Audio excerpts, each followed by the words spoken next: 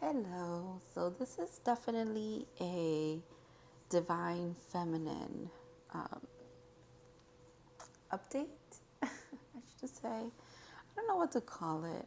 And you'll see the reading that I have is like divided.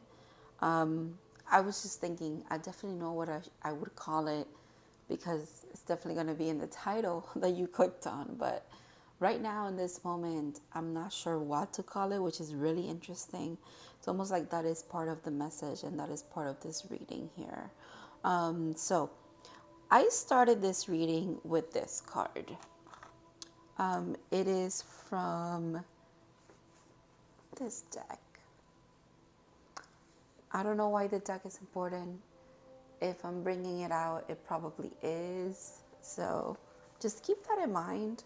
I don't know. I feel called to say, and or I should say, mention that everything that happens in a reading that you're watching, it's going to be part of your reading. I don't know why I feel like clarifying that, even though like I feel like my audience knows that already. However, maybe there's some new people here. So yeah, every time you watch a tarot reading, something that resonates with you, something that calls your attention, that's a synchronicity. And then on top of that, everything else that kind of happens in that reading, whether it is, I'm even thinking of like my demeanors, my hands that you're watching right now, or anything that calls your attention, the title, like everything is a synchronicity for you if it is a synchronicity indeed, right? So just something to keep in mind. I don't know why I feel so called to like explain all of that, but moving on. So I started shuffling this deck and this card came out, Mercury, and it says messages, and it's number 20.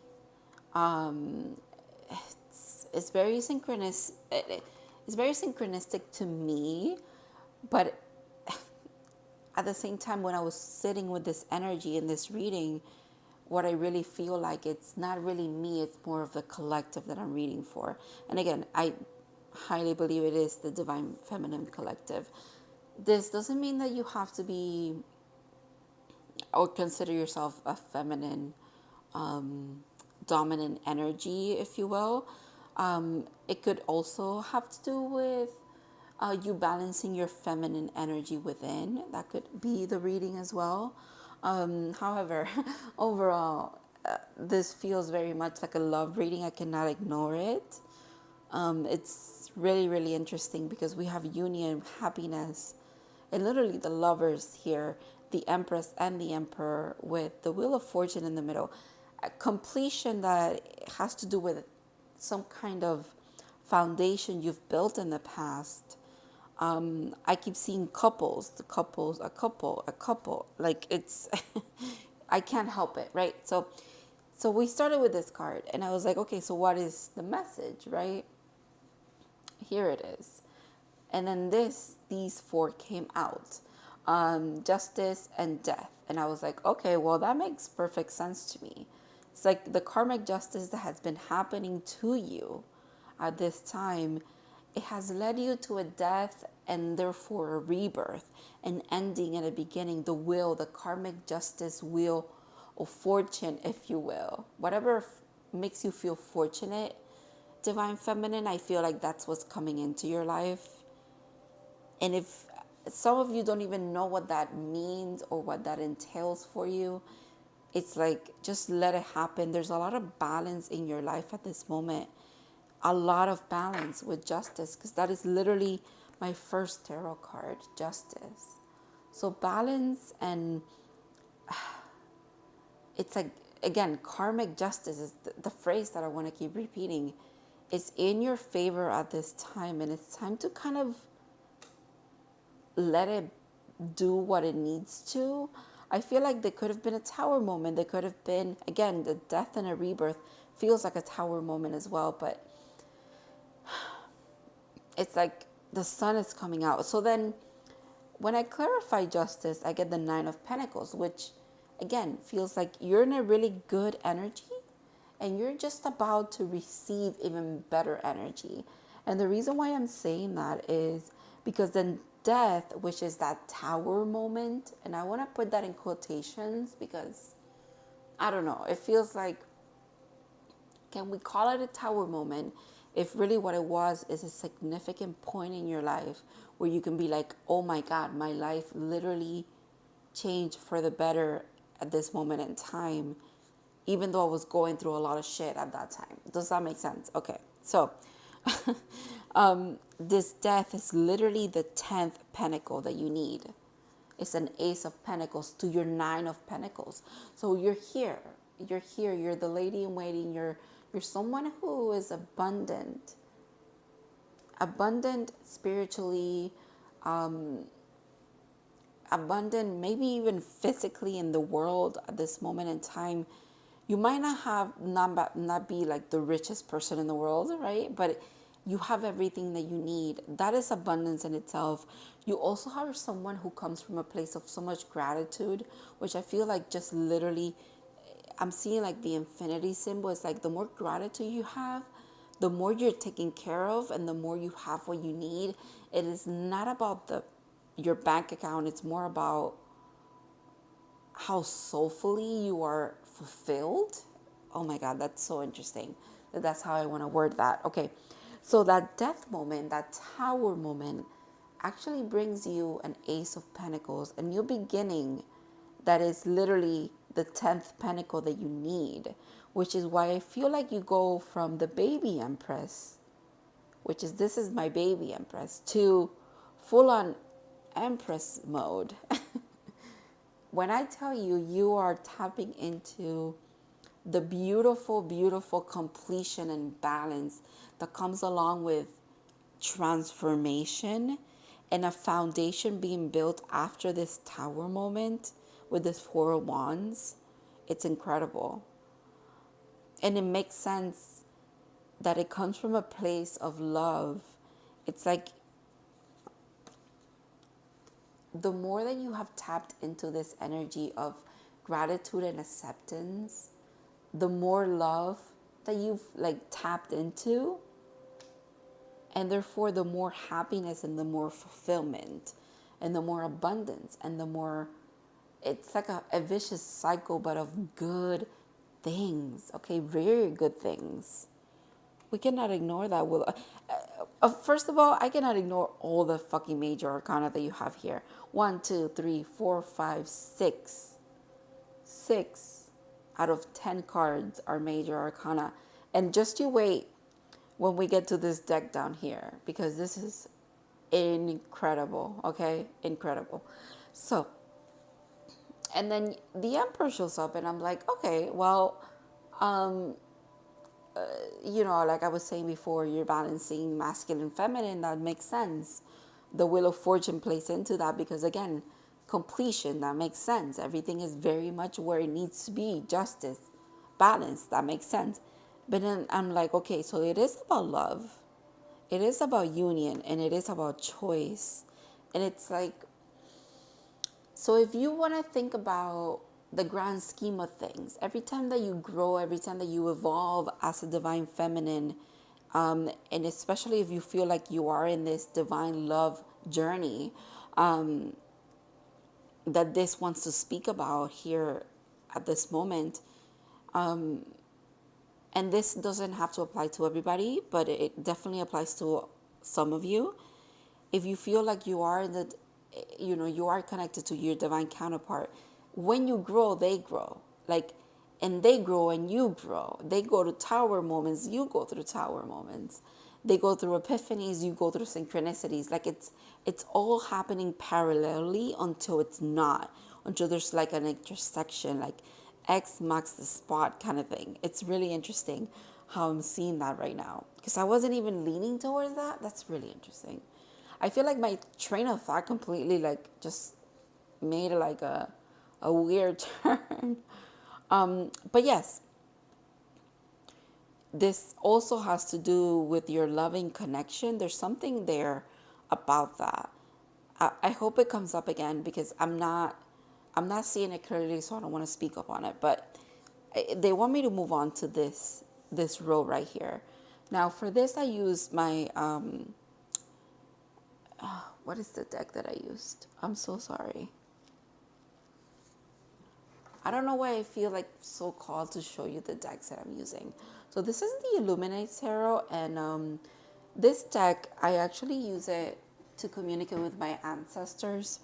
So whenever this deck wants to speak in a reading is really interesting because it has to probably do with a lot of generational trauma that you have kind of like obliterated, I want to say, like conquered, quite literally brought justice to, brought an ending to, and therefore a new beginning to. It's beautiful. You're almost like a cosmic warrior. You're a generational warrior. It's really, you're, wow, just so strong. And I feel like this is your ancestors trying to hype you up here because you might have just, you're like at the tail end of this really big thing that happened to you, and it could be very, very, very shocking right now. It's almost like you're sitting in the energy of change and it's very uncomfortable. It's the uncomfortable before the kind of like freedom kicks in. Does that make sense? There's something about that. And like, you know, that the gratitude and the goodness of this tower moment is coming, but you still cannot see it, not even in your mind's eye. Maybe they're holding back a little bit, like your spirit guides are holding back a little bit of your, I want to say even your spiritual gifts, to kind of like make sure that you keep yourself centered and you keep yourself grounded, kind of waiting for that vision, waiting for those. I'm hearing, oh my God, I'm saying futuristic, but what is the word? Prophetic dreams. Yeah, you're waiting for those prophetic dreams that you get. They're coming, okay? They are coming. Please do not worry about that. Your sight is coming in again, okay? I'm called to say that as well. Okay. So your ancestors gave me all of the aces, all of the beginnings. Again, beginnings. So this is the Ace of Cups, which is why, I kept saying this is a love reading. It is a love reading, whether it's you falling in love with yourself again or falling in love with yourself for the first time, which feels, I'm almost choking on those words because that feels very deep. Falling in love with yourself for the first time. And then I also have to mention that some of these cards double as major arcanas. So the Ace of Wands, which I have to say the eye contact here is very intense. You could be very called to eyes. I'm hearing the Eye of Ra is significant for you. So this is also strength in this deck. So Leo energy could be very significant as well. I'm being called to mention the Emperor. Maybe the Emperor to your Empress is a Leo, or a fire sign in general. So Aries, Sag, or Leo. Then we have the Ace of Swords. I'm sorry if these are really dark. I'm in a mood, so we're going with it. The Ace of Swords, which in this deck always, for me, speaks about cutting through the bullshit. And I feel like that's what this tower moment did, quite literally. I almost want to say it affected or it hurt or it had its impact on those that it needed to. And it had its freedom of like being able to wield this sword towards freedom for whoever it needed to. And I feel like it's who needed the freedom was you. Oh my God, I don't know why I'm so tongue-tied about that.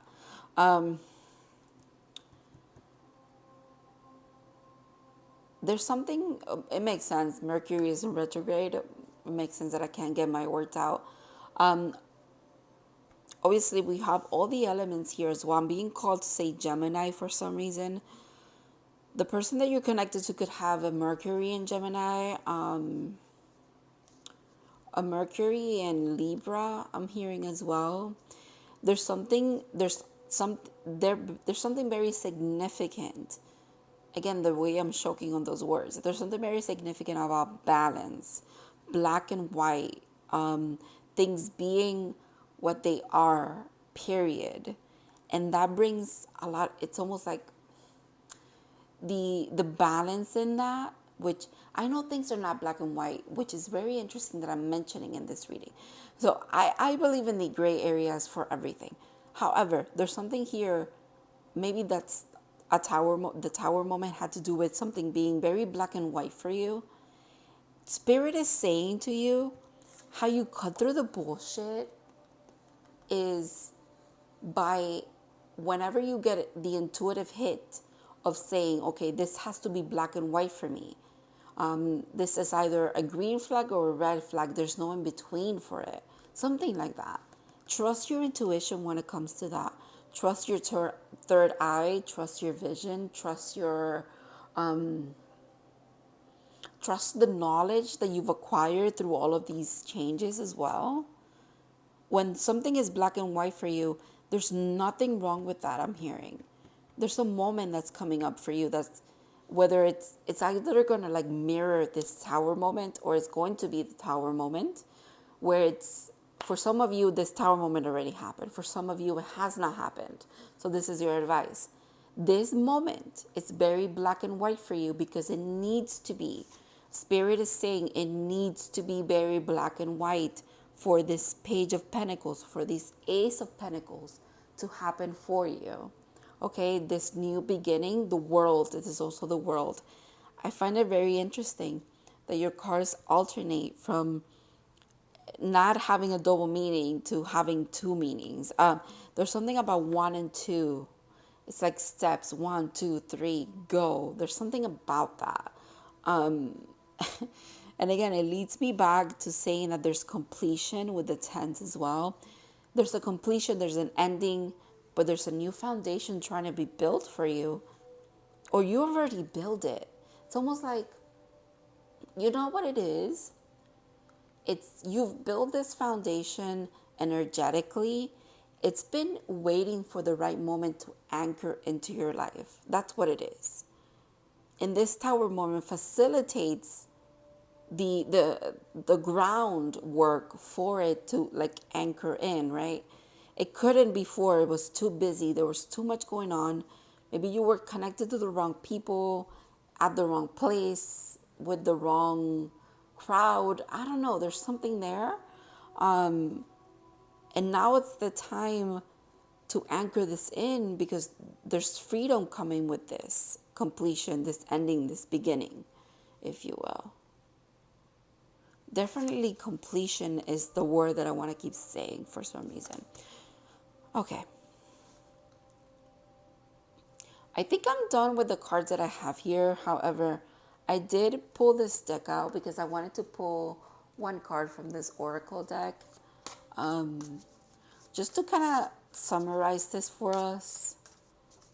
If you know, if it can be. I feel like I might pull another Oracle, but we'll see what it... Ooh, that is interesting. Veiled. I'm sorry if you can't really see it. Okay. But I am going to read about it. It is number 38. And on the top of the deck is Shadow, which makes sense. But at the bottom is Talisman, and then Power, Transformation, Full Moon. Yes. Okay. All right. I'm going to read this one. I'm going to read this one. I could get carried away here, so.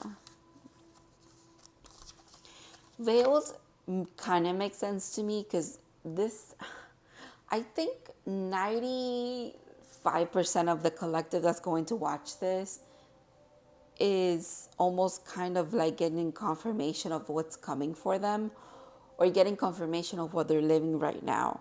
And then for like 5% of you, I want to say you've been through this, and this is your confirmation that, damn, you really did this. You've been through this. Spirit and your ancestors and your spirit team has always been by you. And then this is what you should expect. Really good things, okay? All right, I'm going to read Veil for you. So it says, all is not revealed at this time. Is someone around you hiding or holding back information or an aspect of themselves? Please use caution in proceeding, or perhaps the mask is inviting you to be more protective of what you share. Draw another card to clarify of your next right action. You can meditate on this mask to achieve altered states of awareness and encourage hidden abilities to rise to the surface of your consciousness. Symbol, the mask. Masks vary from culture to culture. Sorry, my accent is full on today. Masks vary from culture to culture and are used for adornment, altered states of consciousness, rituals, and disguise. You know what this makes me think of? I'm gonna go pick another oracle deck while I talk about this. This almost makes me think of because 3 and 8 is 11, and then 11 is, like twin flame, divine counterpart things.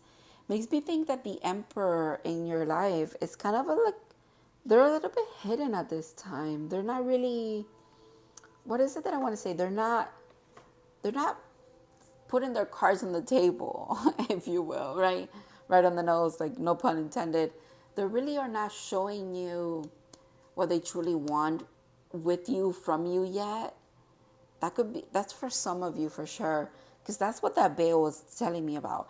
For others of you, it has to do with the fact that, like I said before, your spirit guides are kind of keeping everything on the wraps. They really want this to be a really good surprise for you, like a really beautiful kind of I'm gonna do a soul card. They really want this to be something that comes out of like left fields for you, but in the best kind of way.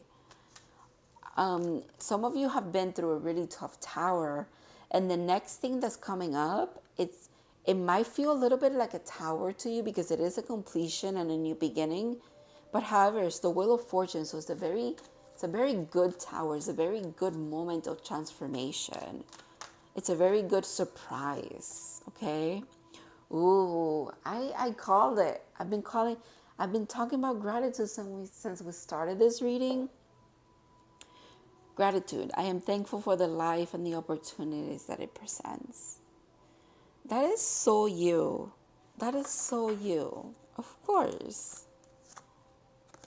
I think I want to pull one more. Just for kicks. For shits and giggles, if you will. Oh, grief.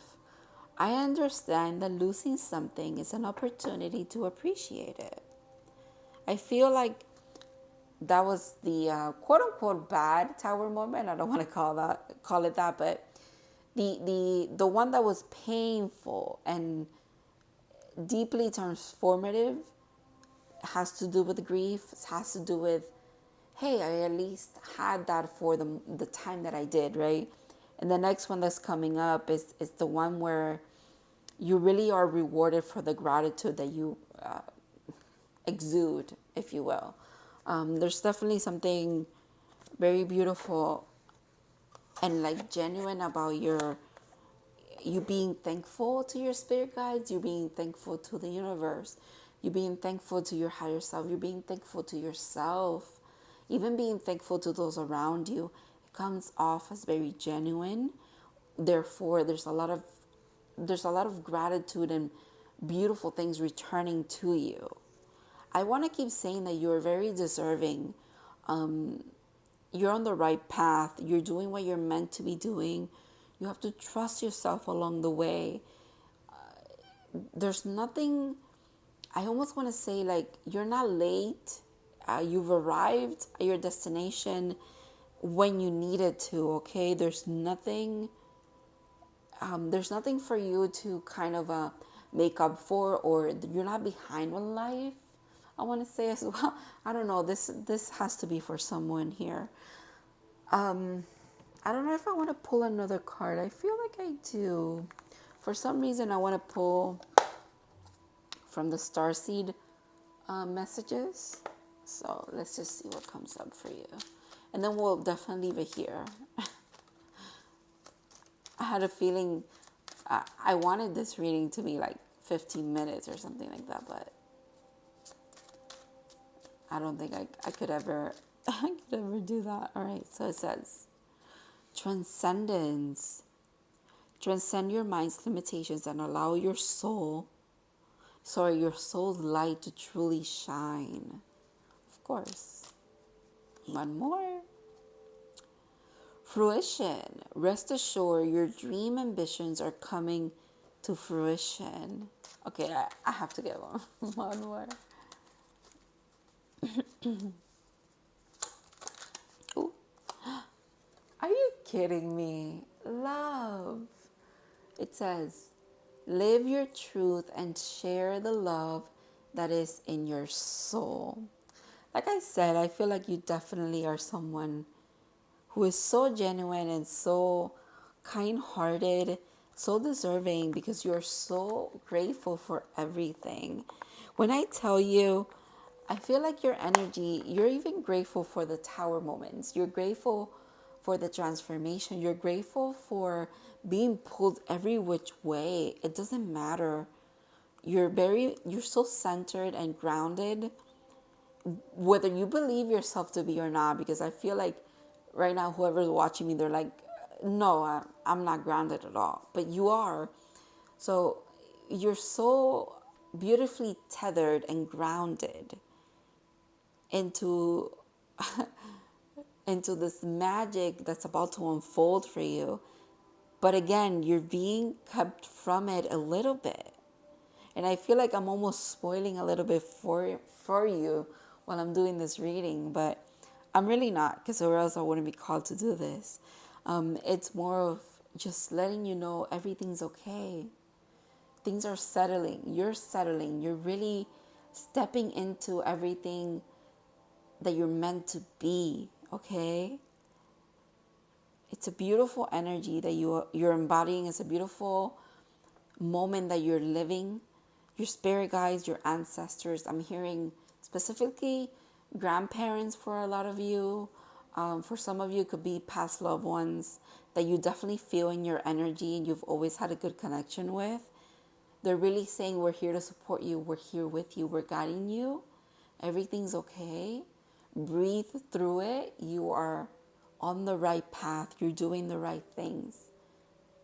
Especially whenever you, okay, last message. Whenever you walk with the purpose, okay, hold on, let me phrase that correctly.